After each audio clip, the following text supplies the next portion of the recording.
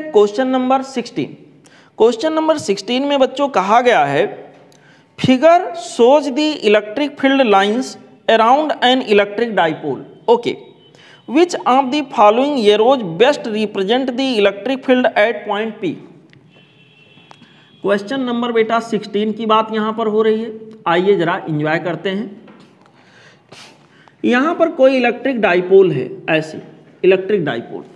यहां पर electric dipole का ये निगेटिव चार्ज है और ये पॉजिटिव चार्ज है।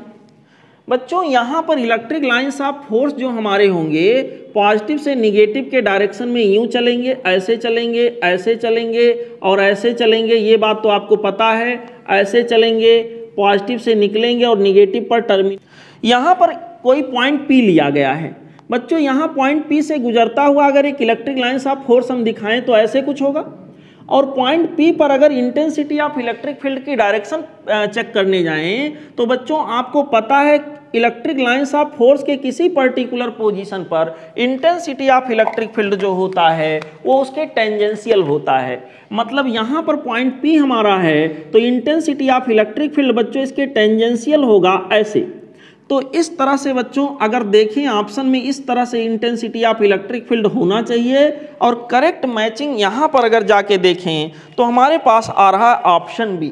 करेक्ट मैचिंग बच्चों यहाँ के लिए जो हमारे पास होगा वो होगा ऑप्शन बी। ओके, सिंपली एक कॉन्सेप्चुअल क्वेश्चन है, इसमें कोई मैथमेटिक्स आपको नहीं सॉल्व करना है, सीधे सीधे ये कॉन्सेप्ट लगाना है कि किसी इलेक्ट्रिक लाइंस ऑफ फोर्स के किसी पर्टिकुलर पोजीशन पर पॉइंट पर बच्चों डाला गया जो टेंजेंशियल लाइन होगा उस टेंजेंशियल लाइन की जो डायरेक्शन होगी वही उस पर्टिकुलर पॉइंट पे इंटेंसिटी ऑफ इलेक्ट्रिक फील्ड के डायरेक्शन को शो कर रहा होगा। ओके बच्चों, ऑप्शन बी यहाँ पर करेक्ट मैचिंग होगा। चलते हैं बच्चों अगले क्वेश्चन पे, वहां हम लोग अगले क्वेश्चन को एंजॉय करेंगे। Question number 17। क्वेश्चन नंबर 17 बच्चों हमसे कह रहा है find the dipole moment of given configuration if P equal to capital Q into capital R where R is the radius of the circle. Question number बच्चों हमारे पास है 17। देखिए यहां पर electric dipole moment of given configuration, यहां पर समझिएगा इस बात को मेरे प्यारे बच्चों। ये एक कोई सर्कल ऐसे दिया गया है, यहाँ पर 4 चार्जेस बैलेंस किए गए हैं। अगर मैं डायगोनली इसको बनाऊं तो सारे चार्जेस डायगोनली अपोजिट रखे गए हैं। यहाँ पर चार्ज मेरे पास है बच्चों ये कितना है -3Q। यहाँ पर चार्ज मेरे पास है बच्चों ये होगा Q, और यहाँ पर जो चार्ज है दिस इज आल्सो Q। यहाँ पे जो चार्ज है this is also Q। Q charges are placed at different point along the periphery along the circumference of this circular section। Okay बच्चों हमसे क्या कह रहा है कि इलेक्ट्रिक डाइपोल मोमेंट की वैल्यू बताइए, जबकि P को उन्होंने डिफाइन किया है Q इंटू R। एक कोई सा इलेक्ट्रिक डाइपोल मोमेंट उन्होंने डिफाइन किया Q इंटू R के बराबर है, और R यहाँ रेडियस है, Q प्रत्येक चार्ज की वैल्यू है, यहाँ पे चार्ज 3 गुना है प्रत्येक का, और निगेटिव है। ये बच्चों जो -3Q है ना इसको 3 हिस्सों में हम देखेंगे, अपने दिमाग में इसको हम 3 हिस्सों में देखेंगे, -Q एंड -Q। ध्यान से मेरे बात को समझिएगा मेरे प्यारे बच्चों, अच्छे बच्चों, बहादुर बच्चों, सच्चे बच्चों। देखो व्हाट विल हैपन, एक इलेक्ट्रिक डाइपोल यहाँ वाला -Q और यहाँ वाला +Q अगर हम कंसीडर करें तो एक इलेक्ट्रिक डाइपोल -2 ये बना, -Q और +Q का कॉम्बिनेशन एक इलेक्ट्रिक डाइपोल ये बनेगा, और इसका इलेक्ट्रिक डाइपोल मोमेंट सपोज करिए P1 है। ठीक है बच्चों, ऐसे यहाँ पर बच्चों दूसरा इलेक्ट्रिक डाइपोल ये बनेगा -2+, यहाँ पर मैं एरो दिखा देता हूँ ऐसे, ज़्यादा ऑथेंटिक होगा।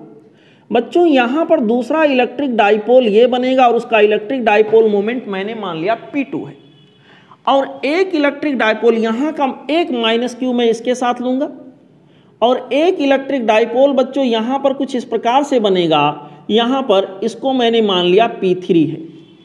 तो नेट इलेक्ट्रिक डाइपोल मोमेंट जो होगा वो बच्चों इन तीनों के वेक्टर सम के बराबर आएगा। पहली बात मैं आप सभी बहादुर बच्चों से ये पूछना चाहूंगा कि बेटा यहाँ P3 की क्या वैल्यू होगी। अगर मैं P3 की वैल्यू आपसे पूछूं तो आप कहोगे सर P3 का जो मैग्नीट्यूड होगा, एक इलेक्ट्रिक डाइपोल बना -q + q, ये हो जाएगा q into r plus r, 2r, यानी कि यहां पर आ गया 2q इंटू आर। मेरे प्यारे बच्चों जरा देखो क्वेश्चन हिंट क्या कर रहा है, P = q इंटू आर, और यहां आपने निकाला तो आ गया 2qr। इट मीन्स यहां के अंदर P3 की वैल्यू जो मेरे पास होगा वो 2 टाइम्स ऑफ P होगा। एक कंक्लूजन तो यहां निकल गया, इसको मैं यहां कंजर्व कर लेता हूं, आगे काम करेगा। P3 इसका इलेक्ट्रिक डाइपोल मोमेंट ये वाले इलेक्ट्रिक डाइपोल का निकल गया। अब यहां पर बच्चों ये वाला जो इलेक्ट्रिक डाइपोल है, इसका इलेक्ट्रिक डाइपोल मोमेंट देखिए ध्यान से, P1 कह लें या इसके इलेक्ट्रिक डाइपोल P2 कह लें, इन दोनों की वैल्यू कितनी आ जाएगी, चार्ज की वैल्यू Q है और ये वाली दूरी मुझे चाहिए, ये वाली दूरी बच्चों जरा ध्यान दीजिएगा। यहां पर क्या होगा, ये वाला डिस्टेंस हमारा रेडियस के बराबर और ये वाला रेडियस के बराबर। पाइथागोरस जी को ध्यान में लाएं तो कैलकुलेट करने के बाद बच्चों ये वाली दूरी हो जाएगी r²√2। अब बताओ इलेक्ट्रिक डाइपोल मोमेंट अगर P1 को मैं पूछूं उतना ही P2 भी होगा, तो होगा चार्ज इंटू उनके बीच का डिस्टेंस, यानी कि बच्चों ये दोनों वैल्यू मेरे पास हो जाएगा Q इंटू r²√2। ओके, इस प्रकार से बेटा P1 = P2 = 2 times of Q into r, और Q इंटू आर के जगह पर मैं क्या लिख दूंगा, P।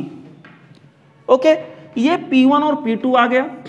अब एक बात का ध्यान दीजिए, सर्कल की एक प्रॉपर्टी होती है बच्चों, वो प्रॉपर्टी ये है कि कोई सर्कल अगर है, कोई भी डायामीटर, इसमें आप सेंटर से जाता हुआ एक लाइन खींच दो, इसको आप डायामीटर बोलते हो, हिंदी में इसको व्यास बोला जाता है। मेरे प्यारे बच्चों फिर इस सर्कल के ऊपर कहीं भी हम पॉइंट बना दें और इस डायामीटर के दोनों किनारों से मिला दें तो यह एंगल हमेशा 90 बनता है। कहीं पर भी मैं पॉइंट रख दूं और किसी डायामीटर के दोनों टर्मिनल से अगर मैं इसको मिला दूं तो ये एंगल हमेशा 90 बनता है। ये सर्कल की प्रॉपर्टी होती है, 9th क्लास में आप लोग इसको पढ़ते हो। मेरे प्यारे बच्चों देखो व्हाट विल हैपन, ये पूरा अगर मैं देखूं दिस वन, तो ये डायामीटर हुआ, और बच्चों ये कोई पॉइंट हुआ सर्कल के ऊपर और ये ऐसे मिल रहा है, तो बच्चों आप बताओ सर्कल की प्रॉपर्टी के अनुसार ये 90 डिग्री आएगा कि नहीं, बोलो 90 डिग्री आ जाएगा। इसका मतलब इन दोनों वेक्टर जो सेम मैग्नीट्यूड के हैं, इनका रिजल्टेंट बच्चों बीचों बीच से जाना था, बीचों बीच से कहीं पर इनका रिजल्टेंट जाएगा।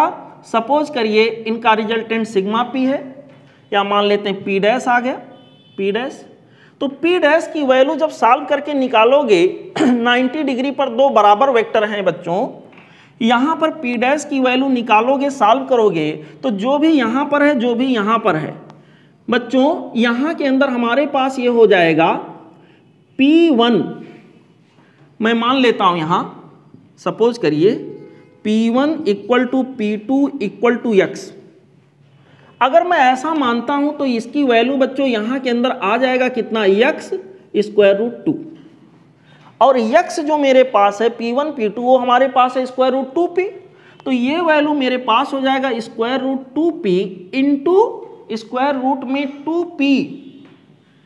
यहां पर बच्चों x के स्थान पर आ गया, x के स्थान पर इंटू √2, यानी कि बच्चों ये टोटल आ गया 2p। 2p जिधर है इसका और इसका रिजल्टेंट 2p, और ये देखिए P3 जो बैठा था कहां गया, ये रहा, ये भी दोनों सेम लाइन में आ गए।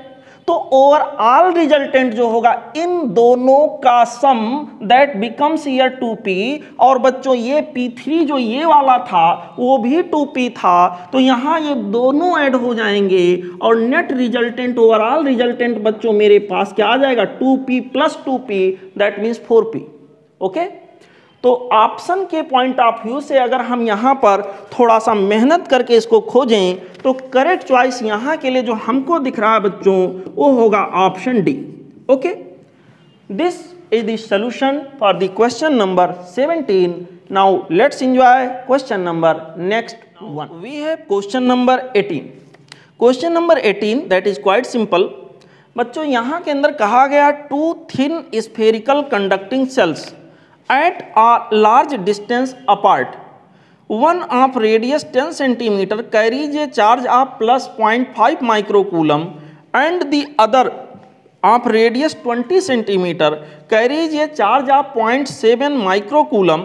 Okay, the charge on each when they are connected by a suitable conducting wire is respectively. Okay, question number 18 में बच्चों एक सामान्य सी बात हमसे कही गई है, 2 स्फेरिकल कंडक्टिंग सेल्स हैं, ये सेल्स रहे।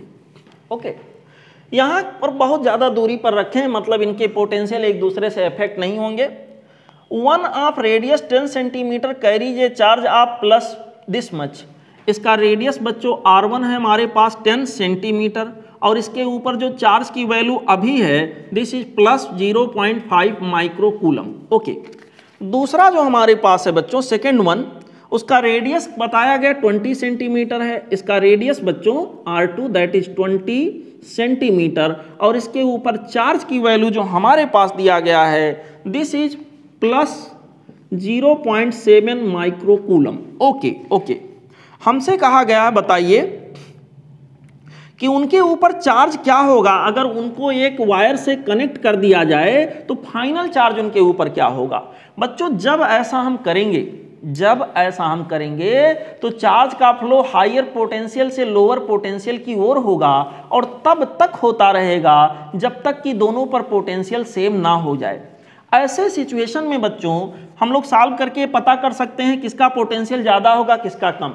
कोई एक ज़्यादा होगा कोई एक कम होगा, चलो मान लेते हैं। तो बच्चों यहाँ के अंदर फाइनल चार्ज अल्टीमेटली जब रीडिस्ट्रीब्यूशन हो चुका होगा, ये छोटा वाला स्फीयर रहा, ये बड़ा वाला स्फीयर रहा, चार्ज का रीडिस्ट्रीब्यूशन कंप्लीट हो चुका है, पोटेंशियल की वैल्यू बच्चों सेम आ चुकी है। व्हाट विल हैपन नाउ, यहाँ के अंदर बच्चों एक चीज होगा, इसके ऊपर फाइनल चार्ज मैंने मान लिया Q1 डैश है, इसके ऊपर Q2 डैश है, क्योंकि पढ़ाते समय इसमें जो भी चीजें मैं समझा रहा हूँ बहुत अच्छी तरह से मैं एक्सप्लेन कर चुका हूँ, तो मैं स्ट्रेट फॉरवर्ड इसको मैं सॉल्व करने जा रहा हूँ। मेरे प्यारे बच्चों Q1 डैश की वैल्यू मेरे पास हो जाएगा कितना, R1 divided by R1 plus R2 this whole multiplied by total charge, और टोटल चार्ज मतलब Q1 प्लस Q2 यानी 0.5 प्लस 0.7, मेरे ख्याल से यहाँ के अंदर 1.2 आ जाएगा माइक्रो कूलम।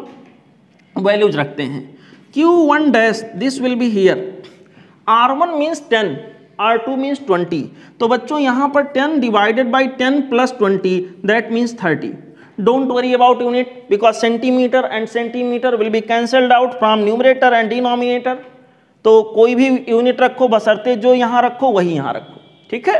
यहाँ के अंदर बच्चों मल्टीप्लाइड बाई 1.2, ध्यान रहे ये 1.2 माइक्रो कूलम में है, यानी हमारा आंसर माइक्रो कूलम में ही आना है।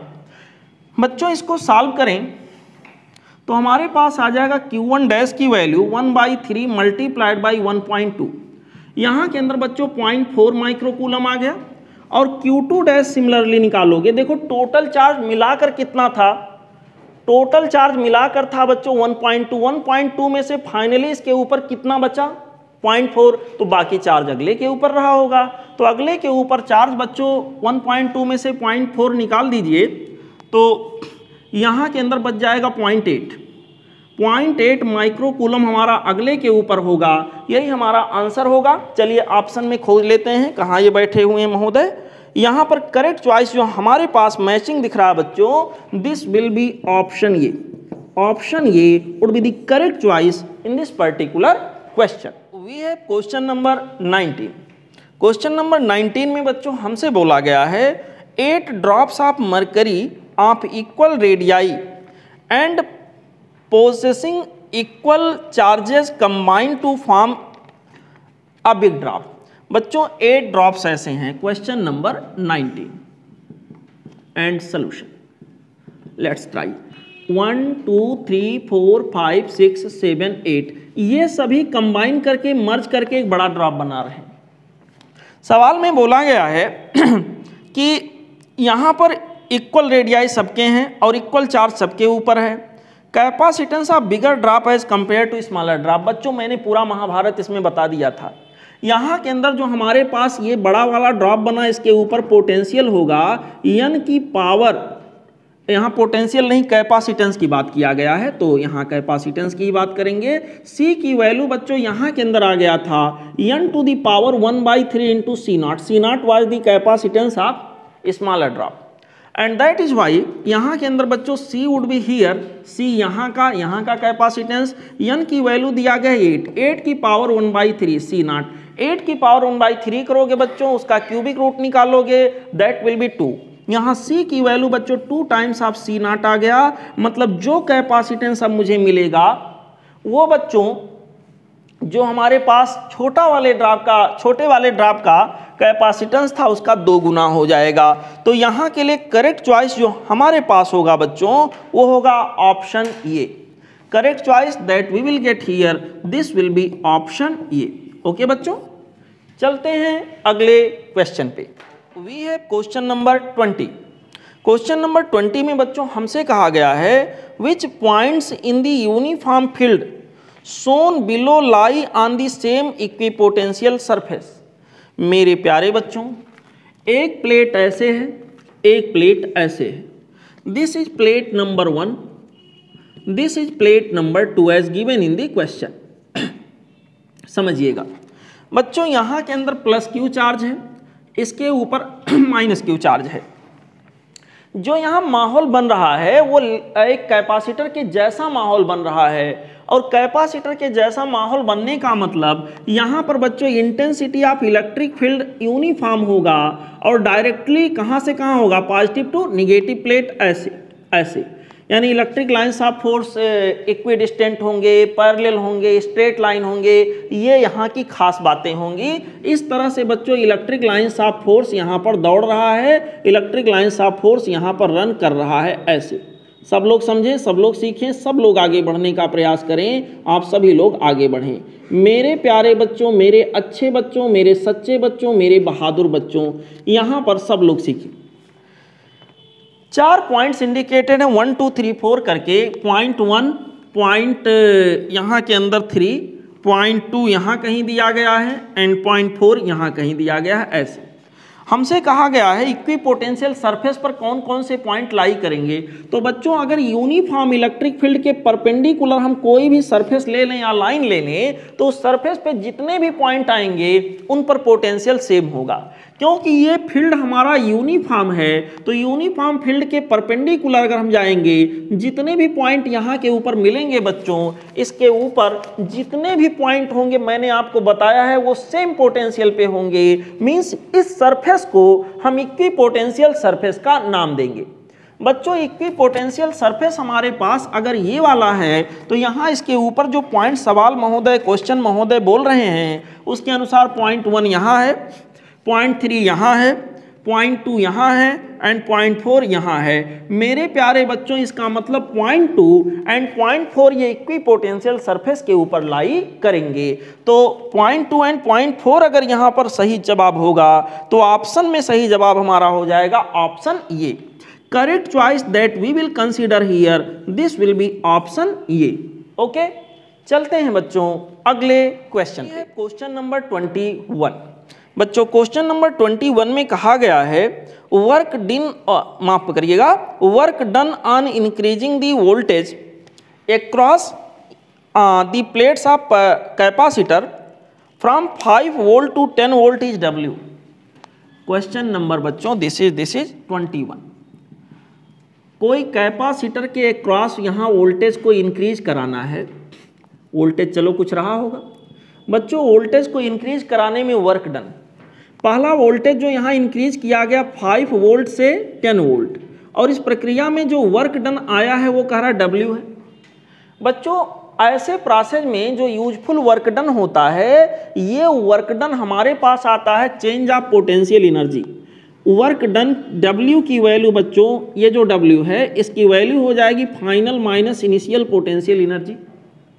ऐसे पर्टिकुलर सिचुएशन में बच्चों हाफ सी वी फाइनल का square minus half C V initial का स्क्वायर, तो हाफ सी कॉमन हो जाता है, यहाँ हो जाएगा वी फाइनल का स्क्वायर वी इनिशियल का स्क्वायर माइनस हो जाएगा। W which is given here, this will be here half times of C into V final that is 10। 10 का स्क्वायर किया बच्चों आ गया 100 minus V initial that means 5। 5 का square किया आ गया 25। As you can see W will be here half C into 75। Okay, this is first equation that we have here conserve this equation for further use. Okay, now let's proceed. अगला हमसे फिर इसी question में बोला गया है, वो कह रहा है कि यहाँ वोल्टेज को फिर से बढ़ाया गया, कहाँ से कहाँ, 10 वोल्ट से 15 वोल्ट। बच्चों इस बार जो वोल्टेज बढ़ रहा है वो 10 वोल्ट से 15 वोल्ट बढ़ रहा है। तो as per the concept new work done that I am assuming here W dash this will be equal to half C V final square minus V initial square. In this particular situation V final value is here, this is 15 volt, 15 square means यहाँ 225 हो जाएगा बच्चों, minus 10 square that means यहाँ के अंदर 100 हो जाएगा। Okay, W dash will be here half C into 125, this is equation number 2। We have two equations, we have to find out W dash in term of W। बच्चों क्या करेंगे, इन दोनों को अगर हम डिवाइड कर देते हैं तो मेरे पास क्या मिलेगा, 2/1 हम कर लेते हैं, यहाँ से मिलेगा W dash upon W, W dash upon W, half C cancel out हो जाएगा और यहाँ के अंदर बच्चों 125 डिवाइडेड बाई क्या आ जाएगा, 75, 125 डिवाइडेड बाई 75, 25 से कट कर लेते हैं, यहाँ के अंदर बच्चों मेरे पास W डैश की वैल्यू हो जाएगी 5/3 टाइम्स ऑफ W। यही हमारा करेक्ट आंसर होगा। और अगर ऑप्शन में जाके इसको हम खोजने का प्रयास करें तो करेक्ट चॉइस यहाँ के लिए जो होगा वो होगा बच्चों option C. Option C would be the correct choice in this particular question. Okay, now let's proceed to question number next है क्वेश्चन नंबर 22। क्वेश्चन नंबर 22 में बच्चों हमसे बोला गया है, two capacitors of equal capacities are connected in series. अच्छी बात है, they have some resultant capacity, now they are connected in parallel, the resultant capacity becomes, that is quite easy. Question number 22 में बच्चों कह रहा दो कैपेसिटर जिनकी capacity same है पहले सीरीज में रखे गए। चलो रख लेते हैं। अगर दो कैपेसिटर C और C कैपेसिटी वाले सीरीज में रखे जाएंगे तो बच्चों इनका इक्विवेलेंट कैपेसिटी मेरे पास अभी जो आएगा वो आ जाएगा C/2। ओके, और जब उन्हीं दो कैपेसिटर को हम पैरेलल में रखेंगे ऐसे ऐसे, तो बच्चों यहाँ के अंदर अब जो कैपेसिटी हमारे पास इस पैरेलल कॉम्बिनेशन के लिए आएगा वो हो जाएगा बच्चों कितना, C इक्विवेलेंट की नई वैल्यू जो हमारे पास आ जाएगी वो होगी 2C। तो बच्चों अगर ये वाले C इक्विवेलेंट की तुलना कंपैरिजन अगर पहले वाले से किया जाए तो यहाँ पर इसको हम लिख सकते हैं C equivalent dash equal to पहला वाला C इक्विवेलेंट जो है उसका 4 गुना करेंगे, 4 टाइम्स करेंगे तब 2C मिलेगा, 4 से मल्टीप्लाई करो, इसका मतलब 4 टाइम्स ऑफ C इक्विवेलेंट पहले वाला। तो नया C इक्विवेलेंट बच्चों, नया रिजल्टेंट कैपेसिटी पुराने रिजल्टेंट कैपेसिटी का कितना टाइम्स हो गया, 4 टाइम्स। तो यहाँ के लिए जो करेक्ट आंसर हमारे पास होगा वो होगा 4 times of the previous value, that means correct choice that we will take here, this will be option A. Option A would be the correct selection for this particular question. Okay बच्चों, चलिए अगले question को move करते हैं। We have question number 23. Question number 23 में बच्चों हमसे कहा गया है a capacitor is connected across another charged capacitor. The energy of the two capacitor system will be। Question number बेटा 23 की बात हो रही है, हम सभी लोग इसके सोल्यूशन को फाइंड आउट करने की कोशिश कर रहे हैं। कह रहा कोई एक कैपेसिटर है, कोई एक कैपेसिटर है, इसकी कैपेसिटी C है, किसी चार्ज कैपेसिटर के कनेक्शन में इसको ला करके रखते हैं। कोई चार्ज कैपेसिटर है उसके बच्चों पैरेलल में या उसके क्रॉस, क्रॉस का मतलब पैरेलल में उसको कनेक्ट कर देते हैं।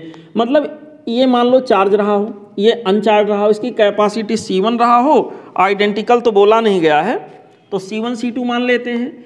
ऐसे कनेक्शन कर दिया जाएगा तो बच्चों होगा क्या, चार्ज का रीडिस्ट्रीब्यूशन, क्योंकि दोनों पर पोटेंशियल अलग अलग है। यहाँ पोटेंशियल तो जो भी है यहाँ पे 0 है, तो चार्ज का flow higher to lower potential होगा और तब तक होगा जब तक पोटेंशियल की वैल्यू या पोटेंशियल डिफरेंस की वैल्यू दोनों के क्रॉस इक्वल ना हो जाए, तब तक ये चेंज होता रहेगा, ये ट्रांजिशन चार्ज का होता रहेगा। समझ रहे हो बच्चों? अब व्हाट विल हैपन, जब चार्ज बच्चों रन करता है तो इसको रन कराने के लिए, इसको दौड़ाने के लिए ऐसे तो हवा में चलता नहीं, कोई वायर लगाया जाता है, और वायर में से जब फ्री इलेक्ट्रॉन या चार्ज की बात करें चलता है तो इतना आराम से वो नहीं चल लेता है। पॉजिटिव आयनों से फ्री इलेक्ट्रॉन की बार बार कोलिजन होती है और इस प्रक्रिया में एनर्जी का लॉस होता है। तो चार्ज रीडिस्ट्रीब्यूशन के केस में अगर बच्चों यहां देखें तो एनर्जी का लॉस होना तय है, बशर्ते दोनों का पोटेंशियल ऑलरेडी सेम ना रहे। अगर ऑलरेडी सेम रहेगा तब तो चार्ज का फ्लो होगा ही नहीं, लेकिन इस क्वेश्चन में पोटेंशियल ऑलरेडी सेम नहीं है। यहाँ पर एक चार्ज था तो एक अनचार्ज था, एक पर पोटेंशियल मैक्सिमम था तो एक पर जीरो था। चार्ज का रीडिस्ट्रीब्यूशन 100% होना है। 100% होने का मतलब निश्चित है कि होना है। इसलिए बच्चों यहाँ के अंदर क्या होगा कि यहाँ पर एनर्जी का लॉस तो होना ही होना है, यानी पोटेंशियल एनर्जी जो सिस्टम की वो डिक्रीज होगी। Energy can neither be created nor be destroyed, दुनिया का हर इंसान पढ़ने वाला साइंस ये जानता है। तो एनर्जी गया कहाँ? अगर मान लो पहले पोटेंशियल एनर्जी 100 जूल था, रीडिस्ट्रीब्यूट हुआ और पूरे सिस्टम की पोटेंशियल एनर्जी इसके ऊपर आ गया 50 जूल और इसके ऊपर आ गया 40 जूल, तो 10 जूल कहाँ गया?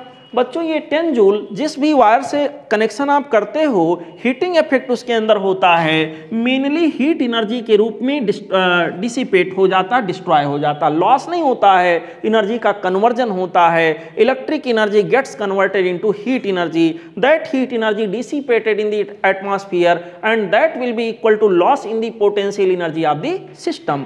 मेरे प्यारे बच्चों, तो इस केस में एनर्जी हमेशा कम होगा, एनर्जी फिलहाल लॉस होगा, क्योंकि अलग अलग पोटेंशियल डिफरेंस वाले दो कैपेसिटर लिए गए थे। तो अगर यहां ऑप्शन में जाके देखें, पहला कह रहा है energy of the two capacitor system will be, क्या होगा? Equal to the energy of initial capacitor. कह रहा है इसके बराबर हो जाएगा नहीं, less than the that of initial. अगर इसके पास 100 था तो अब पूरे सिस्टम का जो होगा 100 से कम होगा। बी ऑप्शन करेक्ट बोल रहा है। ठीक है बच्चों, करेक्ट चॉइस यहां के लिए जो हम कंसीडर करेंगे ये होगा option B. Now we have question number 24। Question number बेटा 24 की बात होती है, चलिए देखते हैं क्या होगा।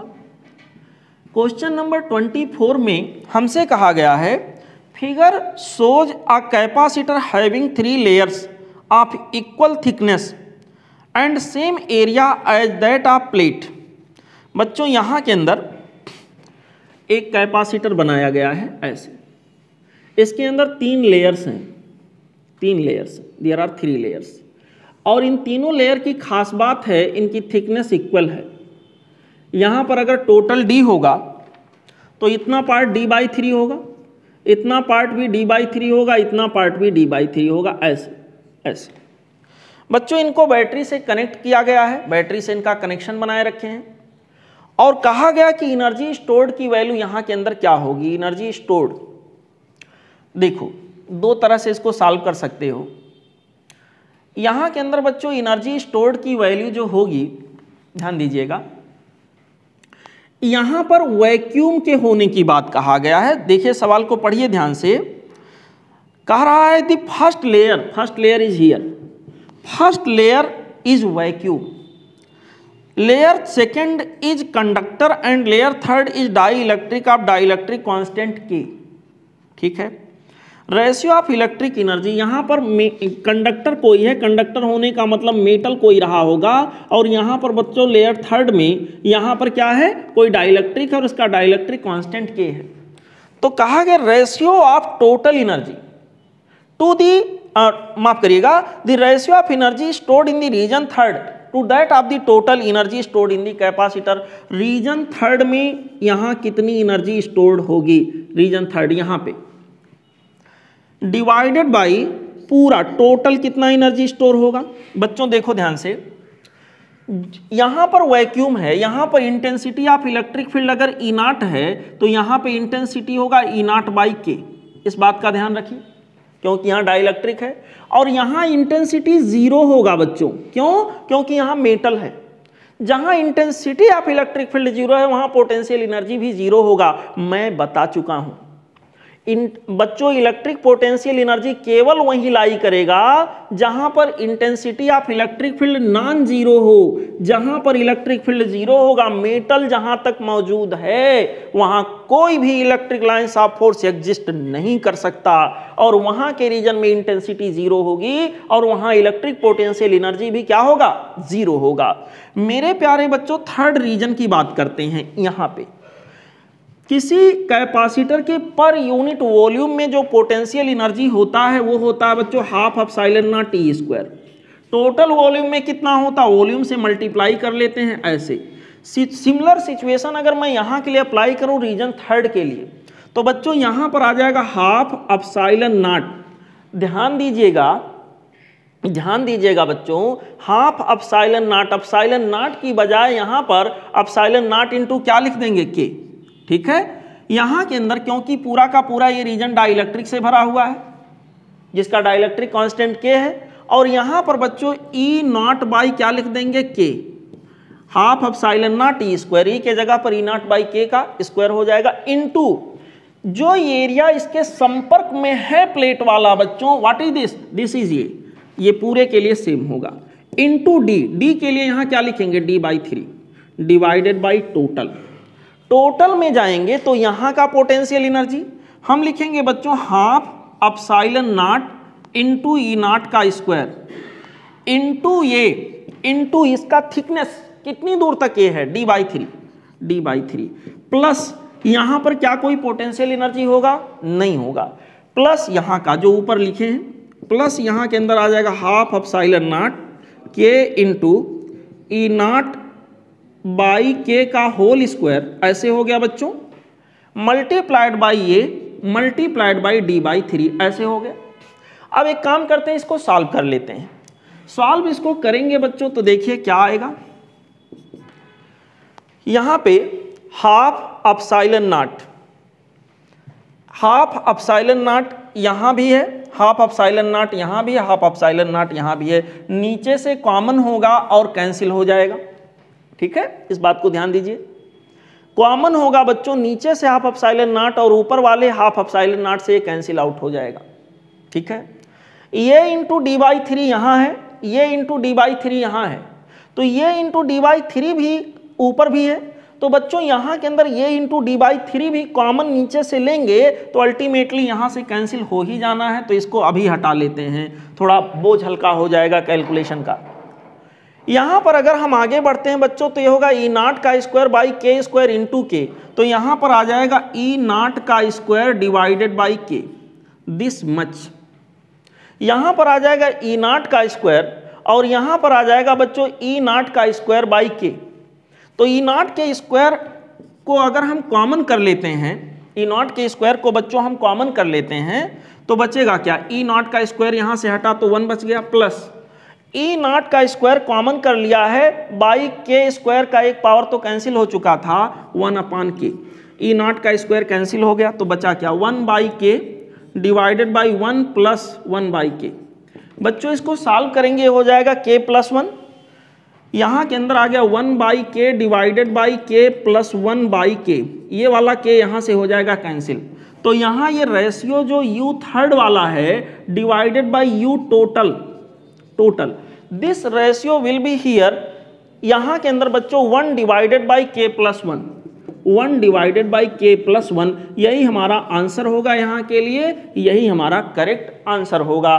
तो ऑप्शन में अगर जाके मैं इसको खोजने का प्रयास करूं, पहला ही ऑप्शन यहाँ मैचिंग मुझे मिल गया, तो बच्चों करेक्ट चॉइस यहाँ के लिए जो होगा वो होगा ऑप्शन ये। ओके, चलते हैं बच्चों अगले क्वेश्चन पे। वी है क्वेश्चन नंबर 25। क्वेश्चन नंबर 25 में बच्चों हमसे कहा गया है in the relation y equal to this much. Question number बेटा 25, एक रिलेशन एक इक्वेशन बना के यहाँ पर दिया गया है y इज इक्वल टू ये साइन ऑफ, यहाँ ब्रैकेट में लिखा बच्चों आर्गुमेंट में ओमेगा टी माइनस ऑफ के एक्स। ठीक है, हमसे कहा गया डायमेंशनल फार्मूला ऑफ के इसको बच्चों आगे आप पढ़ोगे तो वेब में इसको प्रोपेगेशन कांस्टेंट कहा जाता है। रहा सवाल साइन का, कॉस का, टेन का, क्वाड का, कोसेक का, सेक का, ये बच्चों जो आर्गुमेंट होता है, हिंदी भाषा में इसको कोणांक कहा जाता है। मेरे प्यारे बच्चों, ये आर्गुमेंट डायमेंशन लेस होता है, इसका कोई यूनिट या कोई डायमेंशन नहीं होता है। मतलब ये वाला जो पार्ट है ये यूनिट लेस होगा, यूनिट लेस होगा, डायमेंशन लेस होगा। अगर बच्चों ये यूनिट लेस है, इसका मतलब omega t minus k x, this is unitless. अगर बच्चों ये यूनिट लेस है तो unitless minus unitless thing will be equal to unitless. इसका मतलब यहाँ के एक्स भी क्या होगा, यूनिट लेस होगा।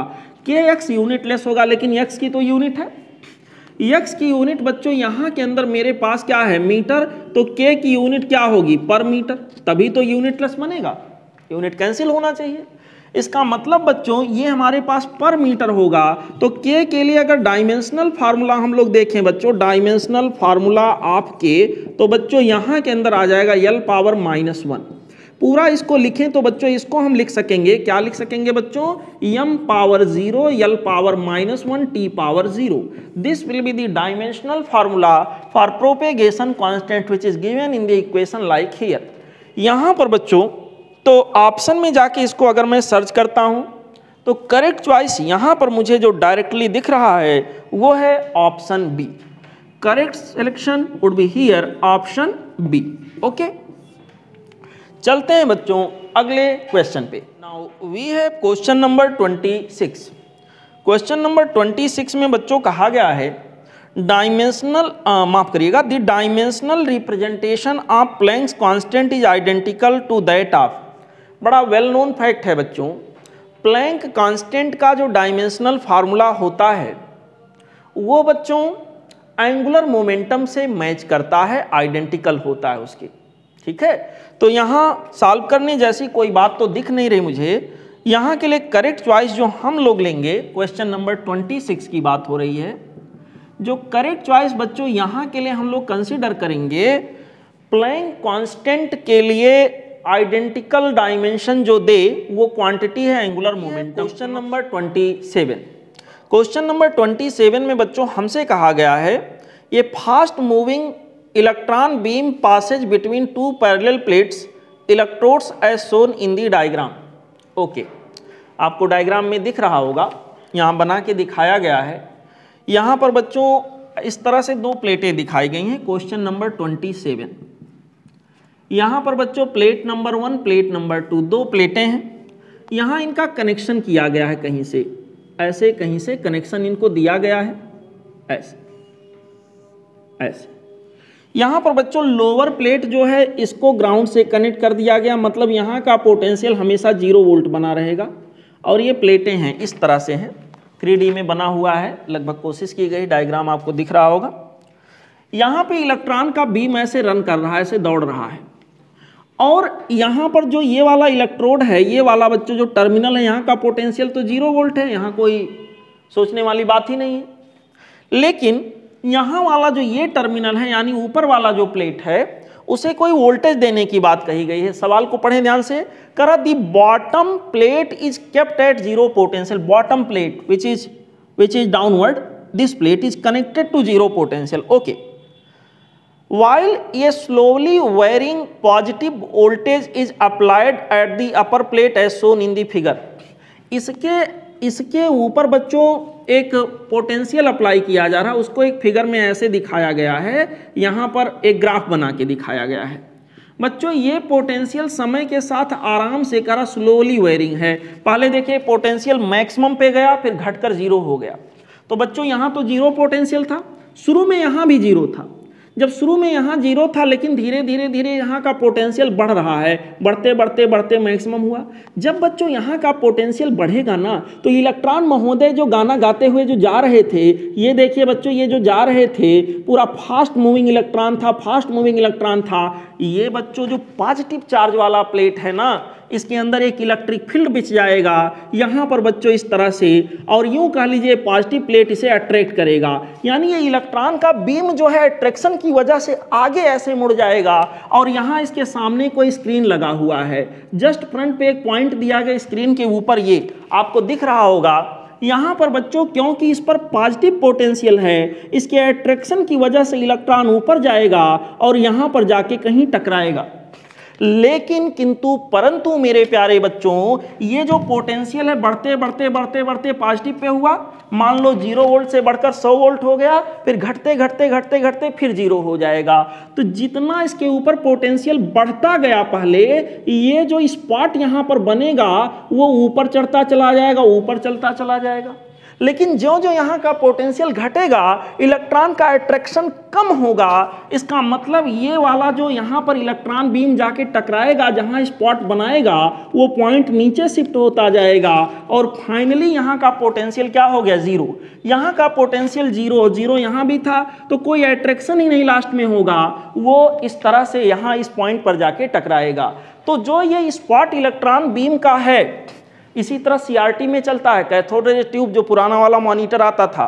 बच्चों यहाँ के अंदर क्या होगा, ये इलेक्ट्रॉन का बीम इस तरह से ऊपर पहले बढ़ता जाएगा क्योंकि पॉजिटिव पोटेंशियल यहाँ का बढ़ रहा है, और फिर वो नीचे आएगा। लेकिन ये के रेस्पेक्ट में अगर मैं देखूं तो ये से तो हमेशा ऊपर होगा या कम से कम ये के बराबर होगा, ये के बिलो तो नहीं आ सकता। बोलो बच्चों, तो ऑप्शन में जरा जाके देखें। पहला ऑप्शन हमसे कह रहा है deflected up with respect to point A, point A के रेस्पेक्ट में ऊपर डिफ्लेक्ट होगा, सही है। Deflected down with respect to A, नहीं, डाउन नहीं जाएगा कभी भी। Deflected up then down with respect to A, पहले ऊपर जाएगा फिर नीचे आएगा। सर ऊपर जाएगा नीचे आएगा, लेकिन ये से नीचे नहीं जा पाएगा, ठीक है, वो विथ रेस्पेक्ट टू ए बोला है। तो यहाँ पर सब मिला जुला के जो करेक्ट चॉइस हम लोग लेंगे बच्चों, वो होगा मेरे पास ऑप्शन ये। Okay, correct choice. बच्चों क्वेश्चन नंबर 28 हमारा अगला क्वेश्चन है। इसमें कहा गया है given that v is the speed, r is the radius and g is acceleration due to gravity, which of the following is dimensionless, इसमें से कौन सा डायमेंशनलेस होगा। क्वेश्चन नंबर बच्चों 28 की बात कर रहा है। ऑप्शन ये में बोला गया है v square divided by v square r divided by g, क्या ये डायमेंशनलेस होगा।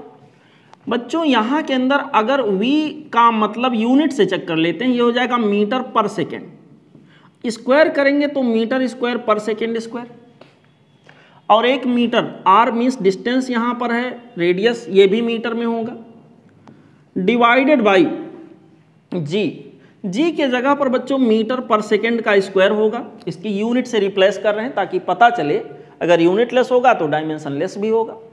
यहाँ पर बच्चों मीटर मीटर कैंसिल, पर सेकेंड स्क्वायर कैंसिल, यहाँ के अंदर क्या बचा, मीटर स्क्वायर। इसका मतलब ये डायमेंशन लेस तो नहीं है क्योंकि इसका यूनिट एरिया के यूनिट के सिमिलर आ रहा है। अच्छा, बी को चेक करते हैं। बी में बच्चों ऑप्शन बोल रहा है V square divided by R G, V square divided by R G. V का मतलब मीटर पर सेकेंड का स्क्वायर, डिवाइडेड बाई यूनिट से रिप्लेस करिए ताकि इजीली पता चल जाए। R in the sense radius, radius का यूनिट मीटर, और G in the sense gravitational acceleration, that means यहाँ पर उसकी यूनिट होगी मीटर पर सेकेंड स्क्वायर। मेरे प्यारे बच्चों, मेरे अच्छे बच्चों, मेरे सच्चे बच्चों, मेरे बहादुर बच्चों, यहाँ के लिए हमारे पास इसको सॉल्व करेंगे, हो जाएगा मीटर स्क्वायर पर सेकेंड का square divided by metre into metre, metre square per second का स्क्वायर। देखिए ऊपर नीचे सेम आ गया, यानी ये कैंसिल आउट सब हो जाएंगे बेटा, यूनिट लेस क्वांटिटी ये बन जाएगी, और अगर यूनिट लेस है तो डायमेंशन लेस भी यहाँ पर फिलहाल होगा। तो हमसे यही पूछा था कि डायमेंशन लेस कौन है। ओके, तो करेक्ट चॉइस यहाँ के लिए जो हमारे पास होगा बच्चों, वो होगा ऑप्शन बी। ओके, चलते हैं अगले क्वेश्चन पे। We have question number 29। Question number 29 में बच्चों हमसे कहा गया है a student writes following 4 different expressions for the displacement y in a periodic motion. Question number बच्चों 29, कोई स्टूडेंट है, यहां पर बच्चों वो 4 इक्वेशन पीरियोडिक मोशन के लिए लिखता है। पहला इक्वेशन हमसे कहा गया y इज इक्वल टू ये sine 2 pi T divided by t. दूसरा इक्वेशन लिखा गया है y इक्वल टू ये साइन, क्या लिखा गया बच्चों, v into t, v into t, ऐसे। अगला इक्वेशन लिख रहा है, कोई स्टूडेंट आप लोगों जैसा होगा, अगला इक्वेशन यहां पर लिख रहा है बच्चों y इज इक्वल टू ये साइन कितना लिखा है t बाई ये, ओके। यहां पर फोर्थ इक्वेशन वो लिख रहा है y is equal to a by square root two ये by square root two sine of bracket के अंदर है sine of 2 pi T divided by capital T plus cosine of 2 pi T divided by capital T, ऐसे लिखा गया है, okay okay. यहाँ y को डिस्प्लेसमेंट बोल रहा है, v को यहाँ के अंदर बच्चों बोला गया वेलोसिटी, और इसके अलावा बच्चों यहाँ पर t को टाइम कहा दिया गया और कैपिटल T को टाइम पीरियड बोला गया। डायमेंशनली इनकरेक्ट इक्वेशन कौन सा है बच्चों? कुछ यहाँ रूल्स होते हैं इक्वेशन लिखने के, जो ये साइन का आर्गूमेंट है ये पक्का है डायमेंशनलेस होना चाहिए। यहाँ चेक करें तो डायमेंशनलेस मुझे दिख रहा है, 2 पाई की कोई डायमेंशन होगा ही नहीं, टी का टाइम डायमेंशन जो होगा वही कैपिटल टी का होगा, दोनों टाइम को रिप्रेजेंट कर रहे हैं, ओके। और बच्चों यहाँ पर मैं आगे जाके अगले इक्वेशन में अगर इस बात को चेक करूँ क्या सही है क्या गलत है, तो बच्चों अगर ये इक्वेशन सही लिखा होगा उस स्टूडेंट ने, तो उसको यहाँ पर एक्सप्रेशन जो लिखना होगा वो डायमेंशन लेस उसे बनाना पड़ेगा। v मतलब मीटर पर सेकेंड इनटू सेकेंड, तो बच्चों यहाँ पर इसका यूनिट तो मीटर आ गया, ये यूनिट लेस हुआ ही नहीं, मतलब ये डायमेंशनली इनकरेक्ट है, हमें इनकरेक्ट वाला ही खोजना था। आगे बढ़ें तो यहाँ पर बच्चों ये तीसरा वाला जो इसमें टी बाई ये लिखा है, ये यहाँ एम्पलीट्यूड होगा बच्चों जो कि डिस्प्लेसमेंट के सिमिलर होगा, यानी सेकेंड पर मीटर। यहाँ पर ये भी डायमेंशन लेस नहीं आ रहा है, इसकी यूनिट सेकेंड पर मीटर हो जा रही है, बट कॉन्सेप्चुअली इसकी यूनिट क्या होनी चाहिए? कोई नहीं होनी चाहिए, ये यूनिट लेस होना चाहिए, बट ये इसके पास यूनिट आ गया, इसका मतलब ये भी डायमेंशन लेस हो गया। फोर्थ में बच्चों यहाँ पर ये बाई स्क्वायर रूट टू, यहाँ तक कोई गलती नहीं, ये quantity time upon time dimension less यहाँ बनेगा जैसे कि यहाँ पे था, तो ये सही है, लेकिन ये दोनों इक्वेशन आप लोगों जैसे स्टूडेंट्स लोगों ने लिखा होगा, क्योंकि ये दोनों सही हैं, और ये कोई और स्टूडेंट लिखे होंगे जिनको फिजिक्स इतना बढ़िया नहीं आता होगा। बच्चों ये गलत लिख दिया उन्होंने, यहाँ डायमेंशनली वो स्टूडेंट बैलेंस नहीं कर पाए, आप लोग जीत गए, यहाँ पर वो लोगों हार गए। कौन हारे? यहाँ पर दूसरा और तीसरा यहाँ पर बच्चों गलत उन लोगों ने लिख दिया, तो करेक्ट चॉइस यहाँ पर डायमेंशनली इनकरेक्ट के लिए ऑप्शन बी होगा। Correct choice that we will take here option B 2 और 3। ठीक है बच्चों, चलते हैं अगले क्वेश्चन पे। We have question number 30। Question number 30 में बच्चों हमसे कहा गया है suppose refractive index mu is given as, question number बेटा 30। The question number 30 says here refractive index mu this is equal to A plus B divided by lambda square, ऐसे हमसे कहा गया बच्चों ए एंड बी यहाँ constant है, lambda यहाँ पर वेवलेंथ है, then dimension of B are same that of. बच्चों यहाँ देखिए म्यू जो हमारे पास रेफ्रैक्टिव इंडेक्स होता है बच्चों, ऑप्टिक्स आपने कभी पढ़ा हो तो ये डायमेंशन लेस होता है। अगर इधर डायमेंशन लेस है तो इधर की क्वांटिटी भी डायमेंशन लेस होगी, मतलब यहाँ ए भी हमारा डायमेंशन लेस होना चाहिए और ये पूरा का पूरा क्वांटिटी भी डायमेंशन लेस होना चाहिए। इसका मतलब सब मिला जुला के बच्चों B by lambda square this should be dimensionless. अगर ये डायमेंशन लेस है तो बच्चों यूनिट लेस भी यहाँ के अंदर होगा, इसका मतलब जो बी का यूनिट आएगा वही लैम्बडा स्क्वायर का भी यूनिट होगा। लैम्बडा स्क्वायर, लैम्बडा ठहरा वेव लेंथ, एक वेव का लेंथ, तो इसकी यूनिट यहाँ मीटर स्क्वायर होगी। इस पूरे एक्सप्रेशन को डायमेंशन लेस बनाने के लिए b की यूनिट भी मीटर स्क्वायर लेनी होगी। इसका मतलब b का जो यूनिट होगा वो यहाँ मीटर स्क्वायर होगा, और मीटर स्क्वायर जो होगा तो इसका मतलब ये यूनिट ऑफ एरिया के सिमिलर आएगा बच्चों। यही तो सवाल है कि यहाँ जो हमारे पास b है उसका यूनिट किसके सिमिलर होगा। ऑप्शन डी में एरिया दिया गया है बच्चों, यहाँ के लिए करेक्ट चॉइस जो हमारे पास होगा वो होगा बच्चों ऑप्शन डी। ओके।